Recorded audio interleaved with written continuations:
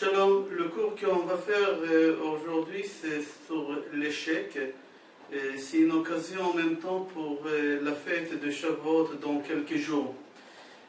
La Gemara, Menachot, page Tzadik Tet Amoud Aleph, elle explique le pasuk dans Sefer Devarim, Perek Yud, qu'Akadosh Baruch Hu demande à Moshe Rabbeinu comme ça.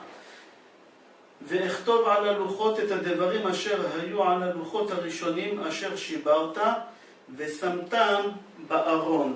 הקדוש ברוך הוא demande à Moshe Rabbeinu que les premières tables de la loi qui les a brisées, de récupérer les morceaux et de les mettre dans l'arche. En même temps, aussi mettre là-bas les deuxièmes tables de la loi qui sont entières. C'est-à-dire qu'il faudra mettre dans l'arche les deuxièmes tables de la loi qui sont entières et les premières qui les a cassées, les morceaux, les mettre ensemble. Alors la Gemara, Menachot, page Tzadik Tet Amoud Aleph, dit comme ça, Tane. Il nous enseigne Rav Yosef. Rav Yosef, il nous enseigne Chez Haluchot ve Shivre Luchot Munachin Ba'aron, que les tables de la loi qui Moshe il n'a pas brisé, les deuxièmes, et les premières qu'il a brisées, les morceaux ensemble, ils sont dans l'arche. Il y a un livre qui s'appelle Da'at Chaim. Il pose la question pourquoi Kadosh Baruch Hu a demandé à Moshe Rabbeinu de mettre les morceaux des premières tables de la loi dans l'arche. Qu'est-ce qu'on a besoin d'avoir ces morceaux dans l'arche? On a les deuxièmes tables de la loi qui sont entières. Ça nous suffit, on les mettra dans l'arche. Et en plus, pas n'importe où dans l'arche, dans l'endroit le plus important dans l'arche. Akadosh Baruch Hu, il a dit à Moshe Rabbeinu de mettre les premières tables de la loi qui les a brisées. Son père, le papa de Da'at Chaim, pose une autre question. Il dit que Moshe Rabbeinu, il a fait descendre deux fois les tables de la loi. La première fois, c'était le Vav Sivan, le Zayin Sivan, parce que Moshe Rabbeinu, il a rajouté un jour en plus, Mida'ato, de lui-même, le 7 Sivan. Les premières tables de la loi, il a fait descendre, il les a cassées. Et les deuxièmes tables de la loi, il les a fait descendre à Kippour. Et ils étaient entiers. Il est monté à Rosh Chodesh Elul, il est resté 40 jours, ça fait Kippour. À Kippour, il a descendu. Alors, il pose la question, il dit qu'en réalité, la fête des Shavuot que nous on fait rien du tout. Pourquoi? Parce qu'on n'a rien reçu. Moshe Rabbeinu, il est descendu avec les tables de la loi, il les a brisées, il ne nous a rien donné. Parce qu'on était en train de faire le veau d'or. Alors on n'a rien reçu. Quand est-ce qu'on a reçu les tables de la loi? C'était le jour de Kippour. Alors si les premières tables de la loi, le 7 Sivan, on n'a rien reçu, pourquoi depuis des générations et générations, on fait le don de la Torah, qu'on n'a rien reçu, c'est pas un don, il ne nous a rien donné, pourquoi on fait le don de la Torah au moment qu'on n'a rien reçu? Il a brisé les tables de la loi.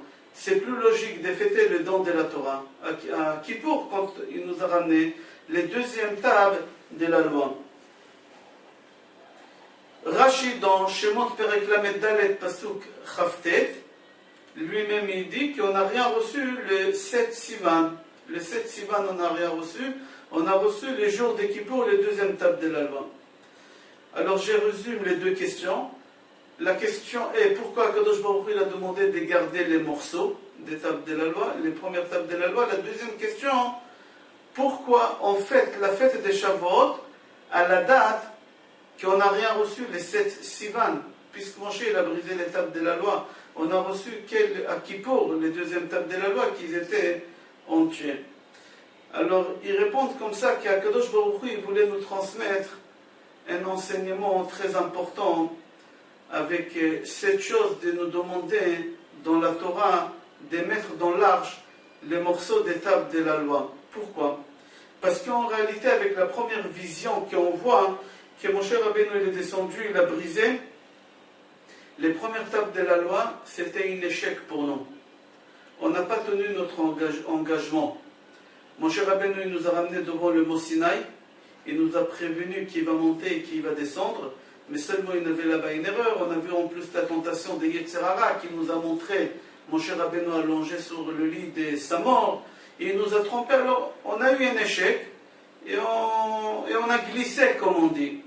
Alors au moment qu'on a un échec comme ça, on voit tout noir, et on dit puisqu'on est dedans, alors on va continuer. Et c'est ça l'erreur. Akadosh Baruch Hu, il a voulu nous enseigner, au moment que tu as un échec, il ne faut pas regarder ça comme un échec. Il faut regarder ça comme le début de la lumière. L'échec n'existe pas d'après la Torah. Pourquoi? La vision que nous, on a, autant qu'être humain, que c'est un échec, en réalité, c'est une réussite. C'est une réussite. Et la preuve, qu'au moment que Moshe Rabbeinu il a brisé l'étape de la loi, non, on a vu ça comme un échec. On n'a pas tenu notre engagement, on a fait quelque chose qu'il ne fallait pas faire, on a raté quelque chose. Alors non, on a vu ça avec un échec, qu'en réalité, ce n'était pas un échec. C'était le début, cette histoire-là, c'était le début de deuxième étape de la loi, de la réussite. De la réussite, la deuxième étape de la loi, Akadosh Baruch Hu, il a demandé de les mettre dans l'arche avec les autres morceaux pour nous montrer qu'il y a, dans notre vie, il y a deux choses. Il y a une vision d'échec et il y a une vision de réussite. Et Akadosh Baruch Hu, il veut qu'on voit ces deux choses-là comme une réussite et pas comme un échec, chas v'shalom.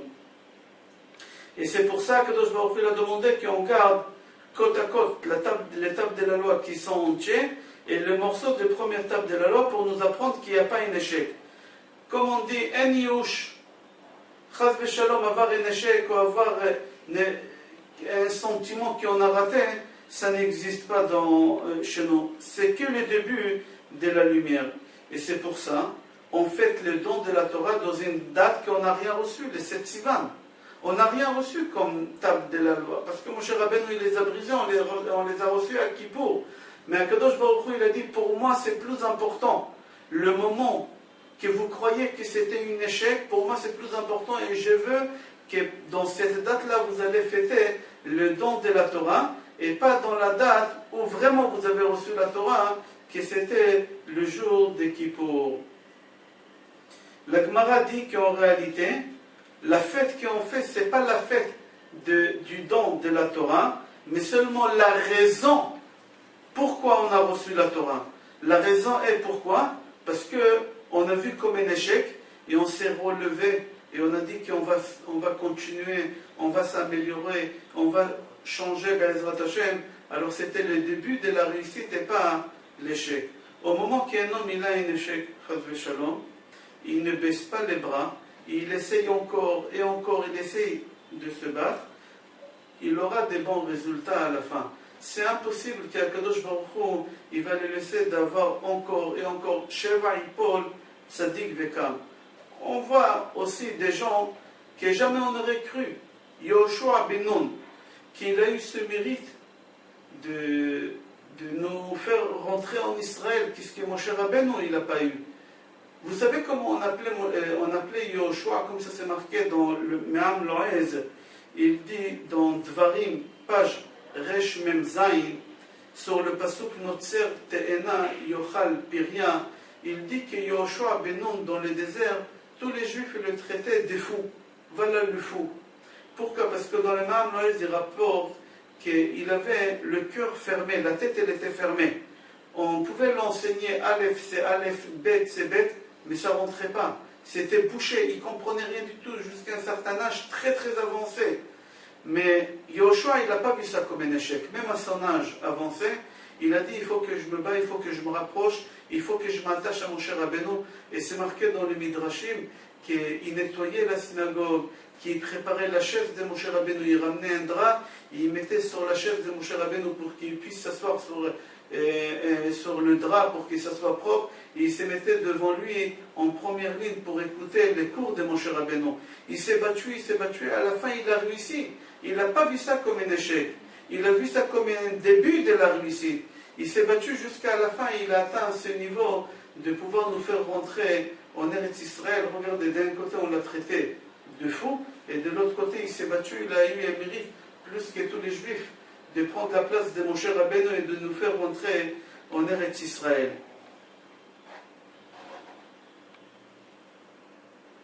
Aussi, on voit sur le Rambam, le Maïmonide. Le papa de Rambam, il s'appelait Rabbi Maïmon. Rabbi Maïmon, il n'a pas voulu se marier, il a préféré de s'investir dans l'étude de la Torah. et plusieurs nuits, il faisait des rêves qu'on lui disait qu'il faut qu'il épouse la fille de boucher qui se trouve dans la ville de Cordovero. Et lui disait c'est faux, c'est pas un vrai rêve. Et encore, le rêve il s'est répété plusieurs fois. À la fin il a dit je vais voir, il est parti à Cordovero. Et il a vu la fille de boucher, elle a plu, il s'est marié avec elle, comme ça c'est marqué. Rabbi Maïmon il a épousé cette fille. Et le Rambam il est venu au monde. Et au moment que sa femme, la fille de boucher, elle a accouché, ils ont eu des complications et elle est morte au milieu de l'accouchement.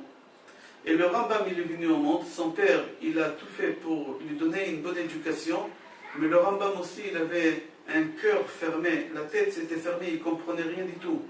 Et c'est marqué que son père il le battait, il le frappait. Et il pleurait des nuits le Rambam, parce qu'il disait à son père, papa, je ne comprends rien, ça ne rentre pas dans ma tête, laisse-moi aller travailler, apprendre un métier, cordonnier, quelque chose. Et son père il lui disait, non, tu es obligé. Il le frappait. C'est marqué qu'un jour, le Rambam, il s'est sauvé, il est parti à la synagogue, il s'est caché, il a pleuré devant, il s'est caché jusqu'à ce que tout le monde en sorti. Personne ne l'a vu, ils ont fermé la synagogue et pendant toute la nuit, il a pleuré devant le Echal. Il a demandé à Kadosh Baruch Hu qui il est, et il s'est endormi là-bas. Le matin, quand il s'est réveillé, c'était un autre homme. Il s'est réveillé un autre homme. Et au lieu de rentrer chez lui à la maison, il a quitté Cordovero et il est parti apprendre la Torah chez Rabbi Yosef ben Migash. Rabbi Yosef ben Migash, pendant 13 ans, il a enseigné, jusqu'à ce que le Rambam est devenu Talmid Chacham après à l'âge de 48 ans, je crois. Il a commencé à écrire le livre qui s'appelle Mishneh Torah la Rambam. Après, il a écrit les guides des égarés, Moreh Nevuchim. Il a écrit des livres extraordinaires. Il est devenu médecin, c'était le médecin personnel du roi d'Égypte. Et Baruch Hashem, voilà quelqu'un qui pouvait voir sa vie comme un échec. Mais il n'a pas regardé que c'était un échec. Il s'est battu, il a travaillé, il a essayé, il n'a pas baissé les bras. Et à la fin, Kadosh Baruch Hu, il a récompensé. Il est devenu le Rambam, comme on sait. Aussi la même chose, Rabbi Akiva. Rabbi Akiva, quand il était petit, il a essayé. Il n'a pas réussi, c'est marqué dans le Midrash. Il n'a pas réussi. Qu'est-ce qu'il a fait?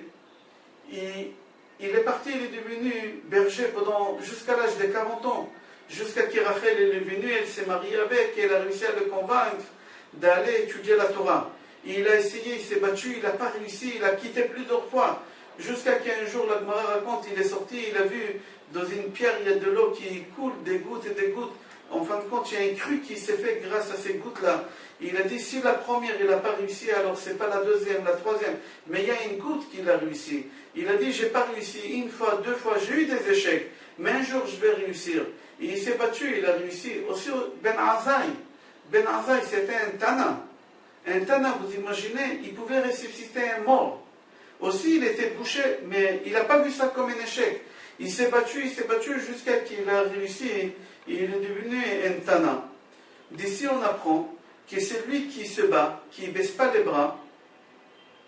C'est lui qui ne voit pas la chose comme un échec. Au contraire, c'est le début de la réussite, c'est le début de la lumière. Akadosh Baruch Hu, il adore cette personne. Akadosh Baruch Hu, il fait tout pour que cette personne, elle va trouver cette réussite où il a cru que c'était un échec. Nous, les Juifs, on a cru que c'était un échec, l'étape de la loi. Mais Akadosh Baruch Hu nous a montré le contraire. Où on a cru que c'était un échec, c'était une réussite. On a réussi une deuxième étape de la loi. Et Akadosh Baruch Hu, il a dit de les mettre côte à côte dans l'arche. Et c'est pour ça qu'Akadosh Baruch Hu, il a demandé qu'on fête la fête des Shavuot dans la date où on n'a rien reçu. Dans la date où on a cru que c'était un échec. Pour nous montrer d'une génération à l'autre génération pendant toutes ces années, quand on fête la fête des Shavuot, pour nous montrer que les échecs, ça n'existe pas.